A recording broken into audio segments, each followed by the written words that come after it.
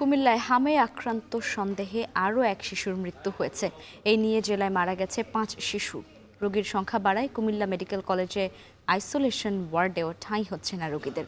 এ বিষয়ে আরও জানাতে যুক্ত হচ্ছেন মাসুদ আলম। মাসুদ, হামের সংক্রমণ ঠেকাতে টিকাদান কর্মসূচি চলছে কিনা জানাবেন।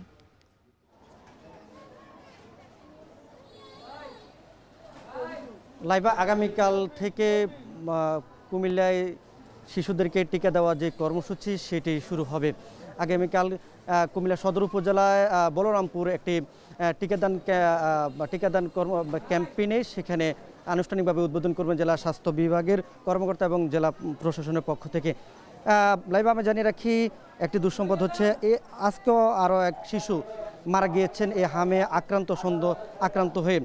চিকিৎসকরা বলছেন যে তারা যে সকল রোগী মারা যাচ্ছেন সেগুলো সন্দেহজনক অবস্থায় মেডিকেল কলেজ হাসপাতালে ভর্তি হচ্ছেন, এরপরে হচ্ছে চিকিৎসাধীন অবস্থায় সেগুলো মারা যাচ্ছে। আজকে যে শিশুটি মারা গেছে তার নাম হচ্ছে শাহপরান, 10 মাস বয়সী, কুমিল্লার মুরাদনগর উপজেলার বাসিন্দা শিশুটি।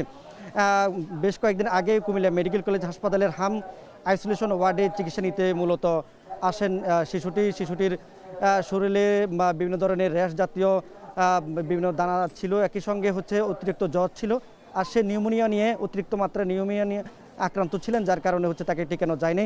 এর আগে আরও এক শিশু মারা গিয়েছে কুমিল্লা মেডিকেল কলেজ হাসপাতালে। তবে কুমিল্লাতে এখন পর্যন্ত 5 জন শিশু মারা গিয়েছে। এর আগে যে 3 জন মারা গিয়েছে সেগুলো কুমিল্লায় আক্রান্ত হয়ে ঢাকায় নেওয়ার পর সেগুলো মারা গিয়েছে।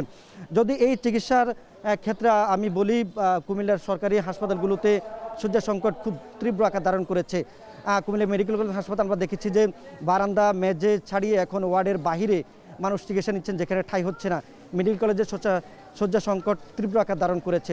তো যারা রোগী স্বজন রয়েছেন তারা বলছেন যে চিকিৎসা এবং শয্যা সংকট দূর করে তাদেরকে চিকিৎসা দেওয়ার জন্য তারা জোর দাবি করছেন। তো এ ছিল কুমিল্লা থেকে সবশেষ।